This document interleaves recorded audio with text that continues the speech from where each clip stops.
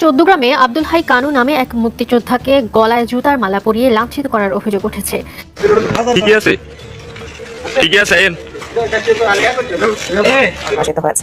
যে প্রতিবাদে বিক্ষোভ ও মানববন্ধন করেছে সেখানকার বিএনপি নেতাকর্মীরা, সে সাথে ক্ষোভ বাড়ছে স্বৈরাচারের বিরুদ্ধে আন্দোলন করা ছাত্র জনতার মাঝেও। আজকে সকালে আমার ভাবির ডাকে ঘুমের থেকে জায়গা পেয়ে বলে, তোমার দেয়ালে কে বা কাহারা একটা চিরকুট লিখে দিয়ে গেছে, তুমি একটু আসে বাসায় দেখো। আমি বাসা থেকে বের হয়ে আমি এবং আমার পরিবার দেখতে পাই এখানে লেখা মৃত্যুর জন্য প্রস্তুতি নাও সমন্বয়ক। কারণ মালা পরিয়েছে তাদেরকে ওই গোলাম নিজামীর মতো দড়ি পড়তে হবে। আমি আজকে বলে গেলাম, বাংলাদেশের মুক্তিযোদ্ধার চেতনা এবং আবেগ যারা অস্বীকার করবে তাদের কপালে জুতোর মালা নয়, গোলাম নিজামীর মতো দড়ি অপেক্ষা করছে। যদিও এই বক্তব্যটা একজন বিজেপি নেতার, যিনি বাংলাদেশ সম্পর্কে বরাবরই বিভিন্ন রকম মন্তব্য করে সমালোচনায় আছেন, আর এই মুহূর্তে বাংলাদেশ আওয়ামী লীগের কাছে তার একটা জনপ্রিয়তা তৈরি হয়েছে। কথা বলছি ভারতের পশ্চিমবঙ্গের বিধানসভার শুভেন্দু অধিকারী। চট্টগ্রামে মুক্তিযোদ্ধার গলায় জুতার মালা পরে লাঞ্ছনা করে এলাকা ছাড়তে হুমকি, এই শিরোনাম দেখছেন। হাঙ্গের প্রিয় প্রথম আলোর মতিউর মোদি তীর্থ প্রভুপাদ এই টাইটেল করেছে। আসসালামু আলাইকুম রহমতুল্লাহ, সবাই কেমন আছেন? আশা করি সবাই অনেক অনেক ভালো এবং সুস্থ আছেন। সবাইকে স্বাগতম জানাচ্ছি আমাদের একটু নতুন ভিডিওতে। প্রতিদিনের মতো আমি আপনাদের রিয়াদ ফারুকি আবারও চলে আসলাম নতুন একটা ভিডিও নিয়ে। দর্শক, বর্তমানে সাম্প্রতিক সময়ে চলমান যে পরিস্থিতি, রাজনীতির যে বিষয়টাকে কেন্দ্র করে ইতিমধ্যে সামাজিক যোগাযোগ মাধ্যম থেকে শুরু করে বাংলাদেশের যে একটা অবস্থান চলতেছে, সেটা নিয়ে তার কিছু ভিডিও ফুটেজ আমি আপনাদের মধ্যে তুলে ধরার চেষ্টা করবো, যেখানে আপনারা বেশ কিছু ভিডিও এবং বেশ কিছু তথ্য জানতে পারবেন যে ভিডিওর মাধ্যমে। দর্শক, আর বেশি কথা বাড়াচ্ছি না, আমরা মূল আলোচনা চলে যাচ্ছি। ভিডিওটি অনেক লম্বা হয়ে যাবে, তাই আমি সংক্ষেপে করার ক্ষেত্রে মূল আলোচনা চলে যাচ্ছি। তার আগে আপনারা যারা আমাদের চ্যানেলটিতে চ্যানেল সাবস্ক্রাইব করে সাথে থাকবেন, একটা লাইক দিয়ে সবাই ভিডিওটি ধৈর্য সহকারে দেখতে থাকুন। চট্টগ্রামে মুক্তিযোদ্ধার গলায় জুতার মালা পরে লাঞ্ছনা করে এলাকা ছাড়তে হুমকি, এই শিরোনাম দেখছেন। হাঙ্গের প্রিয় প্রথম আলোর মতিউর মোদি তীর্থ প্রভুপাদ এই টাইটেল করেছে। আজ আমরা সেই মুক্তিযোদ্ধার আমল নামাটা দেখি। এই কানু শুধু বিএনপি জামাত না, আওয়ামী লীগেরও আতঙ্ক ছিল। আওয়ামী লীগ সরকার আমলে সেই কানু আর তার ছেলে বিপ্লব কেবল বিএনপি জামাত বা সাধারণ মানুষের জন্য না, আওয়ামী লীগের নিজেদের নেতা কর্মীদের জন্য ছিল মূর্তিমান আতঙ্ক। 2016 সালে লুধিয়ারা বাজারে কানু আর তার ছেলে প্রকাশ্য দিবালোকে ব্রাশফায়ারে যুবলীগ কর্মী আবু বক্কর সিদ্দিক রানাকে হত্যা করে। এই ঘটনায় সেই সময় সমাবেশ কইরা তাদের ফাঁসির দাবি করে স্থানীয় আওয়ামী লীগ সহ এলাকাবাসী। এই যে ভিডিওটা দেখেন।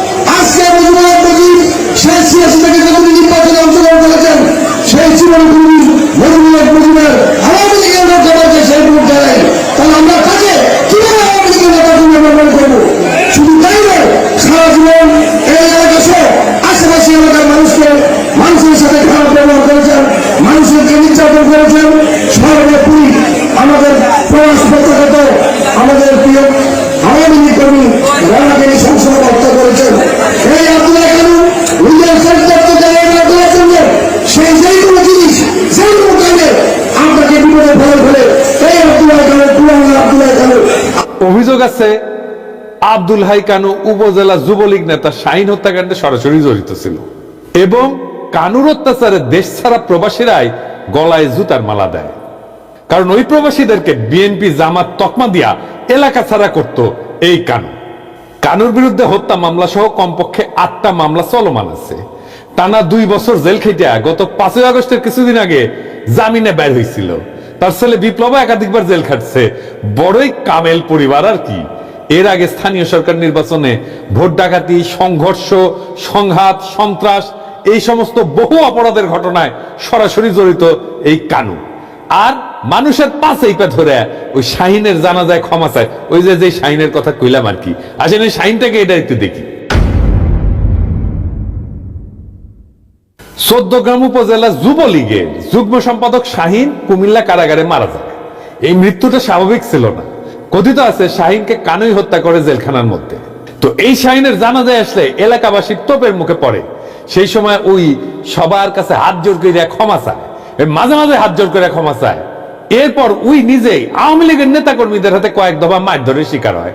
তখন মুক্তিযোদ্ধার খবর আসিল না, যেহেতু আওয়ামী লীগ মারিছে তাই কোনো সমস্যা নাই। এই আওয়ামী লীগের 16 বছর এই কানু অন্যের বাড়িতে ভাঙচুর, বিএনপি জামাত তকমা দিয়া অসংখ্য অগণিত মানুষকে এলাকা ছাড়া করা, প্রবাসে পাড়ি জমাতে বাধ্য করা, এমনকি তার নিজের দলীয় কর্মীদের মারধর এবং হত্যার মতো গুরুতর বিষয়ে অভিযুক্ত।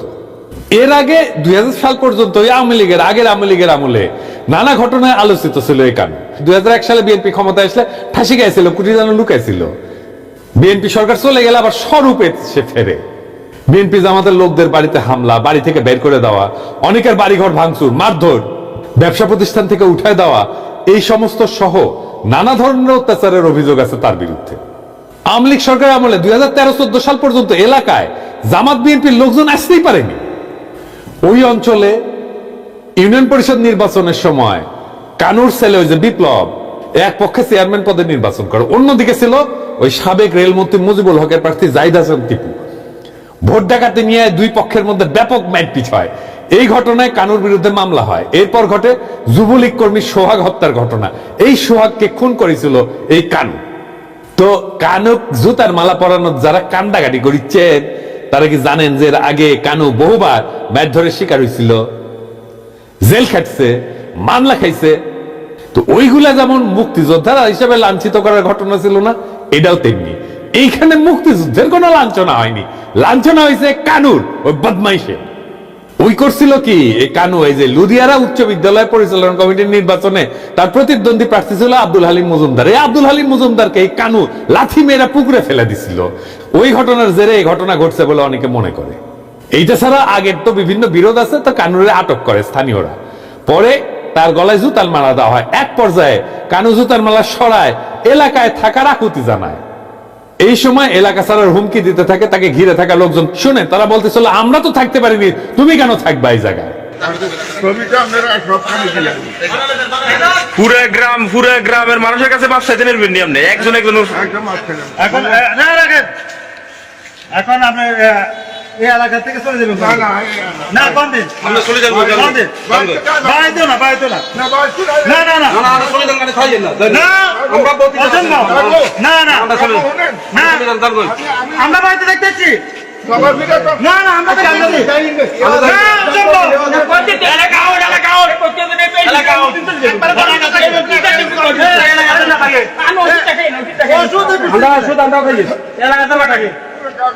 ওই সময় সে দুই হাত তুলে ক্ষমাও চায়।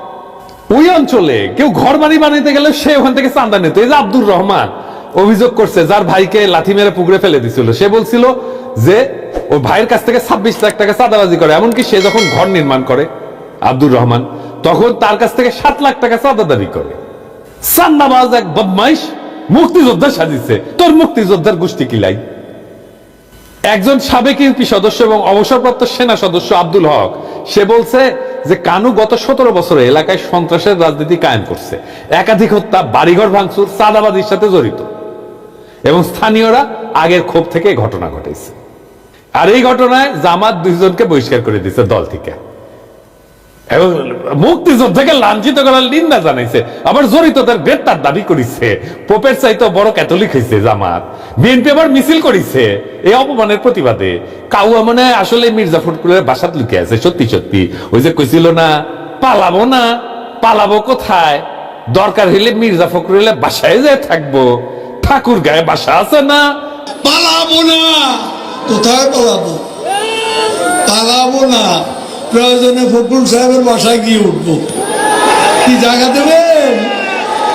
না হলে ঠাকুর গায়ের বাড়ি আছে, ওই বাড়িতে গিয়ে উঠবো।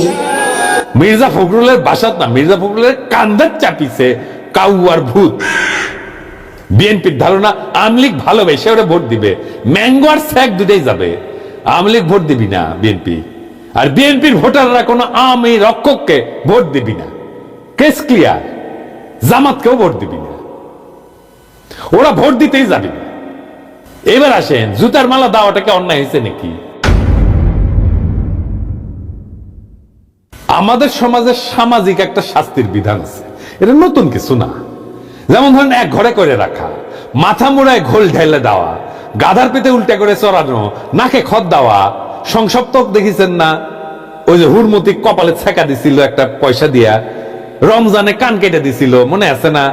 মুখে চুনকালি মাখা, সমাজে লজ্জা দিয়ে শাস্তি দেওয়াটা এটা আধুনিক কালেও আছে, এমনকি আমেরিকাতেও আছে অপরাধের শাস্তি হিসেবে সামাজিক লজ্জা দিয়ে। এবং যারা এই সামাজিক লজ্জা দিয়ে অপরাধের শাস্তি এটাকে পেনাল কোডে ঢুকেছে তাদেরকে সেলিব্রেট করা হচ্ছে, দেখেন তাদেরকে প্রশংসা করা হইতেছে। নানা কারণে এটা কার্যকর শাস্তি, কারণ এটা শাস্তিকে ইমপ্লিমেন্ট করার জন্য তারা যদি জেলে রাখে তার পিছনে তো খরচা আছে, স্পেস লাগে, রিসোর্স লাগে, এইখানে এগুলো কিছুই লাগে না। আপনি দেখেন আওয়ামী লীগ এই প্রফেসর ইউনূসের সরকারকে নিয়ে বলছে জুতার মালা দিয়ে নামায়ও দিতে পারি। যেই জনগণ ফুলের মালা দিয়ে আপনাদের ক্ষমতায় বহাইতে পারে, ওই জনগণ কিন্তু জুতার মালা গলায় দিয়ে আবার নামাইতেও পারে আপনাদেরকে। কথাটা ভুললে যাবেন না, ফুলের মালা দিয়ে ক্ষমতায় বসাইছি, জুতার মালা দিয়ে নামাইতে আমরা কিন্তু পারি। এমন কোন কাজ করবেন না, কোন দেশ বিরোধী ষড়যন্ত্র করবেন না যাতে আপনাদের গলায় জুতার মালা ওঠে। তো ওই আওয়ামী লীগ তো নিজেই জুতার মালা দিতে চাইছে প্রফেসর ইউনূসরে, তাই না? কিছুদিন আগে দেখেন ছাত্রলীগের নেতাকে জুতার মালা পরানো হয়েছে না? দেখেন ছবির জুতায় ঝুলেছে, দেখেন শিক্ষককে জুতার মালা দেওয়ার ঘটনা, ধর্ষককে জুতার মালা দেওয়ার ঘটনা। এই আওয়ামী লীগের নিজের তীর্থভূমি টুঙ্গিপাড়া চোর সন্দেহে জুতার মালা দিচ্ছে, দেখেছেন? তো এই জুতার মালা দেওয়াটা কেন বিশেষ? যে মুক্তিযুদ্ধ করেছিল এক সময়, তাই ও আর কিছু কওয়া যাবে না, তাই না? হ্যাঁ, গত 15 বছর কি নিদারুণ অত্যাচার করছে আওয়ামী লীগ, কাউকে এলাকায় থাকতে দেয় নাই। এই সরকার ক্ষমতা নেওয়ার সময় কি বলেছিল? বিচার হবে সব অন্যায়ের, বলেছিল না? ইনসাফ করা হবে, করেন নাই কেন? সে যে এলাকা ছাড়া করছে লোকজনকে, তার বিচার করেন নাই কেন? আজকে প্রধান উপদেষ্টা যে ফাইল পেরে উঠলো বিবৃতি দিছে, তারপরে প্রধান উপদেষ্টা পেশ সচিবদের বিবৃতি দিছে, দেখেছেন? ফাইল পেরে উঠছে। এই প্রফেসর ইউনূসকে কে ফাল পাড়াইলো? প্রেস সচিব পাঠাইছে, শফিক বেশি সুশীল হয়েছে। আমি যদি ইনসাফ না পাই তাহলে আমি অবিচারের বদলা নেব, এইটাই ইনসাফ। যারাই বদমাইশটাকে জুতার মালা পড়াইছে তাদের অভিনন্দন জানাই। যারা জুতার মালা পড়াইছে তারা আওয়ামী লীগের আমলে এই কানুর কারণে এলাকায় থাকতে পারে নাই, তাদের নৈতিক অধিকার আছে সামাজিক বিচারের পদ্ধতি প্রয়োগ করা। সাবধান করে দিয়ে বলতে চাই, যারা জুতার মালা পড়াইছে ওদের কিছু বলা যাবে না, কোন পুলিশে ঝামেলা করবেন না, গ্রেপ্তার ঢুকাই দেবো, গ্রেপ্তার। কোন পুলিশে ঝামেলা করবেন না, যদি ওদের কিছু হয় 100টা জায়গায় জুতার মালা পড়াইতে বলে দেবো, সামলাইতে পারবেন না কলে। ভাইবা দেখেন সাইধাপ প্যারা নিতেছেন কিনা। খুনের মামলায় অভিযুক্ত বুইড়া সন্ত্রাসী খাটাস আজ মুক্তিযোদ্ধার ঢালের পিছে লুকায়, আর জামাত আর বিএনপি তার সম্মান রক্ষায় নামে। এই আওয়ামী লীগ রক্ষার নষ্ট রাজনীতি জনগণ না। যেই নতুন বাংলাদেশ উত্থিত হইতেছে সেই নতুন বাংলাদেশের রাজনীতিতে আওয়ামী লীগের যেমন জায়গা নাই, তেমন আওয়ামী প্রেমিকদের জায়গা থাকবে না। সে যতই আমাদের এলাই হোক, আমাদের যতই একসাথে আন্দোলন সংগ্রাম করুক, তাদের সাথে আমাদের তালাক হইয়া যাবে। আওয়ামী লীগের প্রশ্নে আমরা আপোষহীন। ইনকিলাব। জেলার 14 গ্রামে আব্দুল হাই কানু নামে এক মুক্তিযোদ্ধাকে গলায় জুতার মালা পরিয়ে লাঞ্ছিত করার অভিযোগ উঠেছে।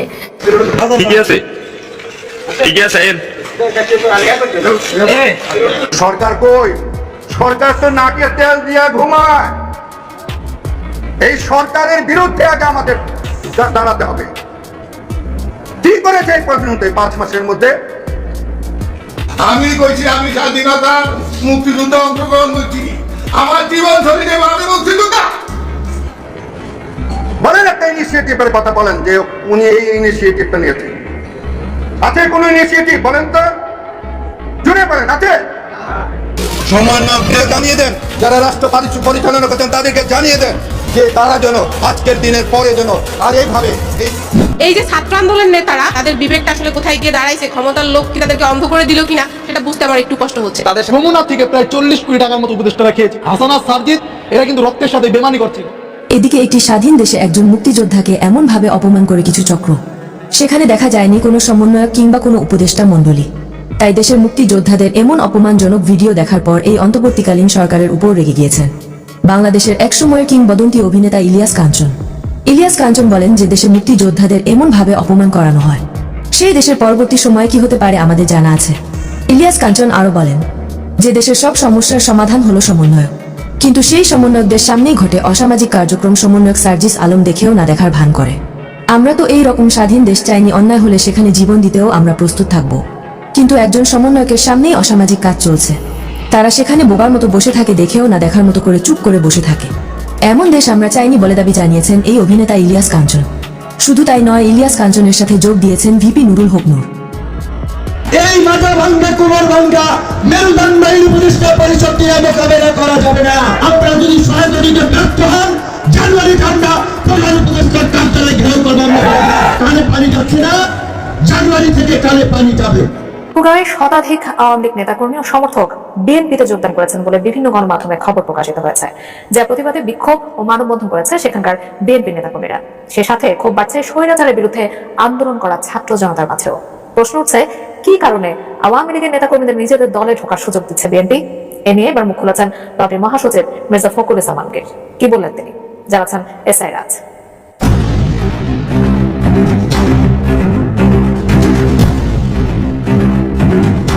টানা 15.5 বছরের শাসন আমলে দেশের জনগণকে এক প্রকার জিম্মি করে রেখেছিল শেখ হাসিনা সরকার। গুম, খুন, অন্যায় আর বিচার বহির্ভূত হত্যার মাধ্যমে মানুষের কথা বলার স্বাধীনতাটুকু কেড়ে নিয়েছিল আওয়ামী লীগ, কিন্তু শেষ রক্ষা হয়নি। গণ আন্দোলনের মুখে গত 5 আগস্ট পতন হয় স্বৈরাচার আওয়ামী লীগ সরকারের। জীবন বাঁচাতে তখন দলীয় নেতাকর্মীদের রেখেই ভারতে পালিয়ে যান দলটির সভানেত্রী শেখ হাসিনা। পরিবর্তন আসে দেশের রাজনৈতিক অঙ্গনে। 6 আগস্ট রাষ্ট্রপতির আদেশে মুক্তি পান বিএনপি চেয়ারপারসন খালেদা জিয়া।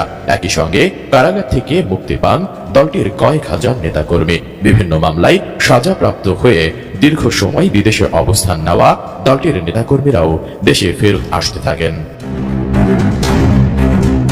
বলা যায়, আগামী দিনে রাষ্ট্র ক্ষমতায় যাওয়ার দৌড়ে সবচেয়ে এগিয়ে রয়েছে বিএনপি। সব মিলিয়ে অসাধারণ ও অকল্পনীয় একটি বছর পার করছে দলটি। ডিজাইন, এলিগেন্স, বিউটি, সেরা পণ্য সবার জন্য জেভিকো। সম্প্রতি ঠাকুরগাঁও পৌর শহরের ইসলামনগর মহল্লায় পৌর বিএনপির উদ্যোগে একটি বর্ধিত সভায় আওয়ামী লীগের শতাধিক নেতাকর্মী ও সমর্থক বিএনপিতে যোগদান করেন। যদিও রাজনীতিতে দলবদল একটা সাধারণ ঘটনা, তবে চলমান পরিস্থিতিতে এই যোগদান কতটুকু যৌক্তিক হয়েছে তা নিয়ে অনেকেই করছেন সমালোচনা।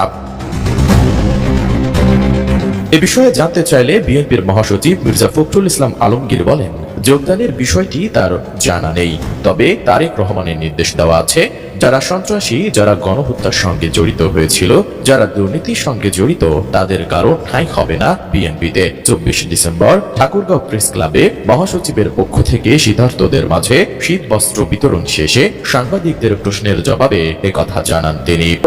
আমাদের এখানে নির্দেশ দেওয়া আছে, বলেছেন আমরা এই মুহূর্তে যারা সন্ত্রাসী, যারা গণহত্যার সঙ্গে জড়িত হয়েছিল, যারা হত্যা করেছে, দুর্নীতির সঙ্গে জড়িত, তাদের কাউকে এ সময় দেশকে দুর্নীতি ও ফ্যাসিবাদ থেকে উত্তরণের উপায় জানতে চাইলে বিএনপির মহাসচিব বলেন, এজন্য গণতন্ত্রকে প্রতিষ্ঠা করতে হবে, জনগণের শাসনকে স্থাপিত করতে হবে, জনগণের নির্বাচিত সংসদের মাধ্যমেই দেশ পরিচালনা করতে হবে, এর কোনো বিকল্প নেই।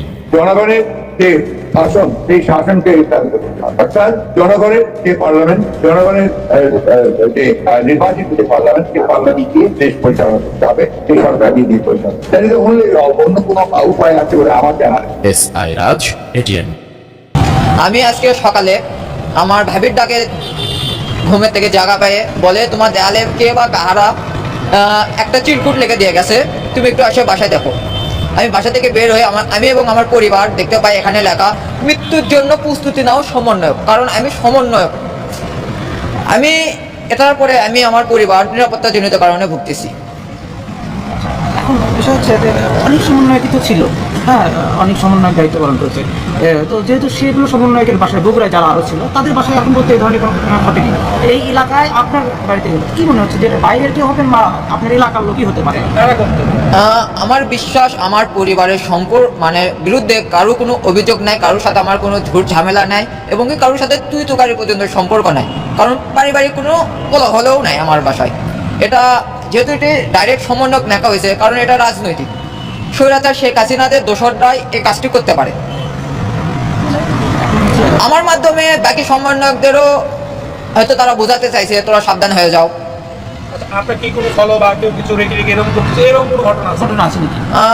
গত 16 ডিসেম্বরে সন্ধ্যার দিকে আমরা ফ্রেন্ডরা মিলে পার্কে একটু গিয়েছিলাম। সেই সময় আমি সেদিন জানি না, আমি পরের দিন 17 তারিখে বিকেলে জানতে পারি আমাকে ফলো করে নওদাপাড়ি স্ট্যান্ডে আমাদের একটা কাকা, রায়হান কাকা, তার দোকানে একটা লোক গিয়েছিল, গিয়ে আমার ব্যাপারে জিজ্ঞেস করছে, এইটুকু জানি। তারপরেও 2 দিন আমাকে বাইক নিয়ে ফলো করা হয়েছে। আগামী 23 তারিখ, মানে আগামীকাল, পরশু দিনে, গতকালে আমি পুরোপুরি মানে ভাবে হয়েছে আমি তাদের লাল তালিকায় সম্ভবত হয়েছি, কারণ আগামীকালে আমি পার্কে গিয়েছিলাম, সেই সময়ও আমাকে একাধিক বাইক ফলো করেছে। আমার সাথে আমার ফ্রেন্ডরা থাকার কারণে হয়তোবা তারা আমাকে কোনো ক্ষতি করতে পারেনি। সারা দেশে যে ঘটনাটা ঘটতেছে, স্বৈরাচার শেখ হাসিনার দোসররা যে ঘটনা ঘটাচ্ছে, যেমন ময়মনসিংহ, ঢাকা সহ সিলেট যেভাবে তারা হত্যাযজ্ঞ চালাইছে, বেশ কয়েকজন নিহত হয়েছে, আহত হয়েছে এবং হুমকিও পাইছে। এটা স্বৈরাচার শেখ হাসিনার দোসরদেরই কাজ। এখন হচ্ছে সমন্বয় থেকে কেন্দ্র থেকে কেউ যোগাযোগ করেছিল? কেন্দ্রীয় সমন্বয়ক মাইন ভাই তার ফেসবুক জানাইছে, নিন্দা জানাইছে এবং দোষীদের সাব্যস্ত করে দ্রুত আইনে আওতায় আনার জন্য দাবি জানাইছে। যারা জুতোর মালা পরিয়েছে তাদেরকে ওই গোলাম নিজামীর মতো দড়ি পড়তে হবে। আমি আজকে বলে গেলাম, বাংলাদেশের মুক্তিযোদ্ধার চেতনা এবং আবেগ যারা অস্বীকার করবে তাদের কপালে জুতোর মালা নয়, গোলাম নিজামীর মতো দড়ি অপেক্ষা করছে। টাইলক্স, যা অ্যান্টিব্যাকটেরিয়াল এজেন্ট টয়লেটের কোনায় কোনায় পৌঁছে 99% জীবাণু ধ্বংস করে। টাইলক্স টয়লেট ক্লিনার, ক্লিন মানে টাইলক্স। কাজ নেই তো খই ভাজ। আমার মনে হয় ভারত সরকার ওই চিঠিটা ডাস্টবিনে ফেলে দিয়েছে, কারণ ভারতবর্ষের ইতিহাস জানে না এই নাবালক উপদেষ্টারা। এই সুদখোর মোল্লা ইউনুস এ জানে না ইতিহাস। ভারতবর্ষ শেখ মুজিবকে শেল্টার দিয়েছে, ভারতবর্ষ এর আগে মুজিব সাহেবের পুরো পরিবারকে শেল্টার দিয়েছে। ভারতবর্ষ, এরা তো পাতি, চীনের মতো শক্তিশালী দেশ, তার রক্তচক্ষুকে ভারতবর্ষ ভয় করেনি। গুরুদেব দলাই লামাকে ভারতবর্ষ শেল্টার দিয়েছে, চীনের চোখ রাঙানি করেনি। এ তো আমি বললাম না, রাফেল তো দূরের কথা, রাফেলের আওয়াজে পালাবে। এদেরকে কেউ কাউন্টই করে না, মশা মাছি। হেঁটে গেলে মারিয়ে নিয়ে চলে যাবো আমরা।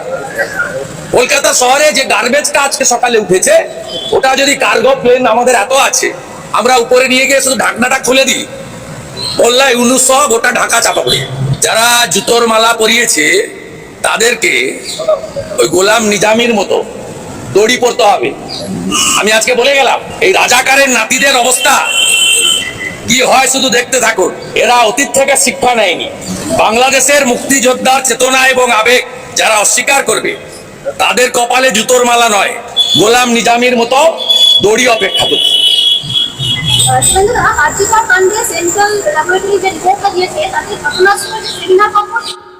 যদিও এই বক্তব্যটা একজন বিজেপি নেতার, যিনি বাংলাদেশ সম্পর্কে বরাবরই বিভিন্ন রকম মন্তব্য করে সমালোচনায় আছেন, আর এই মুহূর্তে বাংলাদেশ আওয়ামী লীগের কাছে তার একটা জনপ্রিয়তা তৈরি হয়েছে।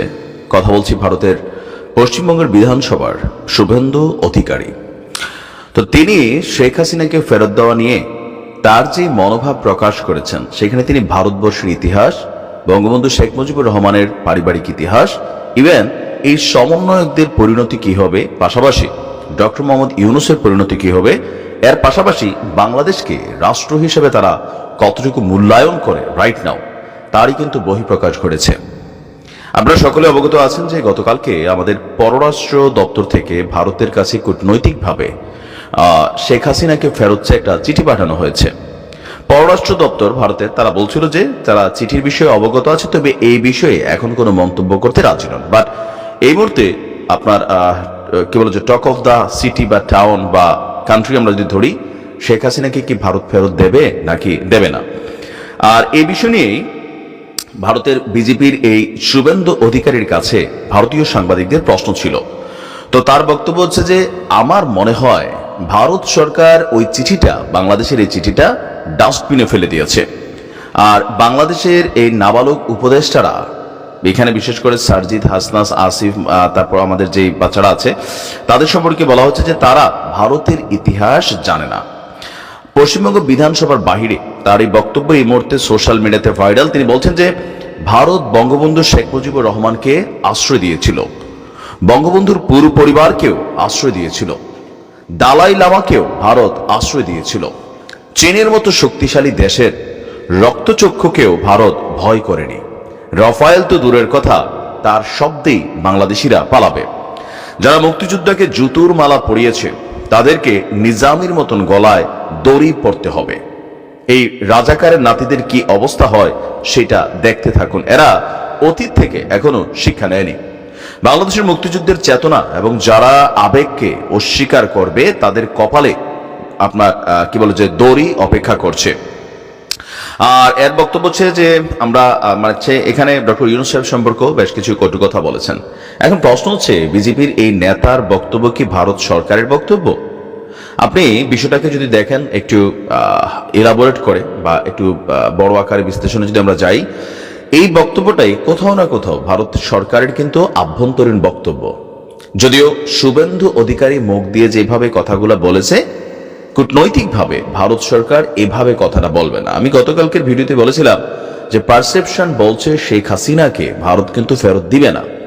এর প্রধান কারণ হিসেবে তারা তার প্রাণহানির সংখ্যাটা দেখছেন। ইভেন আমাদের দেশের পক্ষ থেকে উপদেষ্টারা যখন বলছে যে শেখ হাসিনাকে ফিরাতে হবে, ইভেন তাকে ফাঁসির দড়িতে ঝুলানোর জন্যই বাংলাদেশে ফিরিয়ে আনতে হবে। তো এই বক্তব্যগুলা রাজনৈতিক আশ্রয় বলেন, কূটনৈতিক আশ্রয় বলেন বা শেখ পরিবারের সাথে ভারতের যে সম্পর্ক, শুধুমাত্র এখানে একটা দল না, পুরো ভারতবর্ষের যতগুলো রাজনৈতিক দল আছে, সেই সময় যখন 1971 সালে ইন্দিরা গান্ধী তৎকালীন সময়ে আপনার ক্ষমতায় ছিলেন, 1975 সালে যখন বঙ্গবন্ধু শেখ মুজিবুর রহমানের ফুল পরিবারকে হত্যা করা হয়েছিল, তখন শেখ হাসিনা এবং শেখ রেহানাকে তৎকালীন সময় ভারতের গদিতে কিন্তু ইন্দিরা গান্ধী ছিলেন। মানে আজকের দিনের যে কংগ্রেস, বিজেপির অত্যন্ত অল্প কয়েকদিন, আমরা যদি ধরি 10-15 বছর ধরে তারা ক্ষমতায় আসছে, বাট ওই সময় যে কংগ্রেস ছিল তারা কিন্তু শেখ হাসিনাকে আশ্রয় দিয়েছিলেন। তো এখন শেখ হাসিনার ইস্যুতেও ভারতের প্রত্যেকটি রাজনৈতিক দল একটা বিশেষ বৈঠক করে, আপনাদের খেয়াল থাকার কথা, তিনি বাংলাদেশ থেকে পালিয়ে যাবার পরপরই ভারতের রাজ্য সরকারগুলো সবাই মিলে এই বিষয়টি নিয়ে আলোচনা করেছে যে শেখ হাসিনার ইস্যুতে ভারত সরকারের অবস্থান কি হবে। দেন দলমত নির্বিশেষে তারা কিন্তু এরকম একটা সিদ্ধান্তে পৌঁছেছিল যে শেখ হাসিনাকে বাংলাদেশে ফেরত পাঠানো হবে না। আর আজকের দিনে যখন আমরা এই আলোচনা করছি বা এই বিষয়টা নিয়ে কথা হচ্ছে দুই দেশের মধ্যে, সেখানেও কোনোভাবেই আপনি দেখবেন যে অন্তর্বর্তী সরকারের হাতে শেখ হাসিনাকে ভারত কখনোই ফেরত দিবে না। এটা যতটুকু আমরা তাদের কথাবার্তা, বডি ল্যাঙ্গুয়েজ, মুভমেন্ট সবকিছু আমরা বুঝতে পারছি যে বিষয়টা এমন হবে। আর সমন্বয়কদের ইস্যুতেও ভারত যে কথাগুলো বলছে এটা কিন্তু হালকা নেওয়ার সুযোগ নেই। কেননা গেল কয়েকদিন যাবৎ আপনার বেশ কয়েকজন সমন্বয়কের মরদেহ পাওয়া গেছে, এখনো একজন মিসিং আছে, খালিদ নামক একটা ছেলে। আবার অনেক সমন্বয়কদের বাড়ির সামনে লেখা আছে মৃত্যুর জন্য প্রস্তুতি নাও সমন্বয়করা। এরকম নানান যে বক্তব্য, সেখানে ভারত রয়ের মাধ্যমে কোনো ঘটনা ঘটাতে পারে, অস্বাভাবিক কিছু না, সীমান্ত এরিয়া, এই দেশে সবকিছুই সম্ভব। তো সেদিক দিয়েও কিন্তু বিষয়টাকে হালকা নেওয়ার সুযোগ নেই। এখন ভারতের এই বক্তব্যটা রাষ্ট্রীয় কোনো বক্তব্য না হলেও এই শুভেন্দু অধিকারী তিনি বিভিন্ন সময় বাংলাদেশ নিয়ে যে বক্তব্য দিয়েছেন, কূটনৈতিকভাবে তার কাছ থেকে কোনো জবাবদিহিতা আদায় করা হয়নি। ভারত সরকারের মাধ্যমেও তাকে কোনো মেসেজ দেওয়া হয়নি যে তুমি বাংলাদেশ নিয়ে যে এই ধরনের মন্তব্য করছো, যে উপরজনা থেকে আবর্জনা ফলাই দিলে। ডক্টর মোহাম্মদ ইউনূসকে নিয়ে খুবই কটু কথা, কটু শব্দ, যে মৌলবাদী, মোল্লা, হ্যাঁ, এরকম শব্দ কিন্তু ব্যবহার করা হচ্ছে। তো এগুলো নিয়ে সরকারের পক্ষ থেকে ভারত সরকারের কাছে কোনো জবাবদিহিতা চাওয়া হয়েছে কিনা তাও আমার জানা নেই। সো এই মানুষটা তিনি কথা বলবেনই।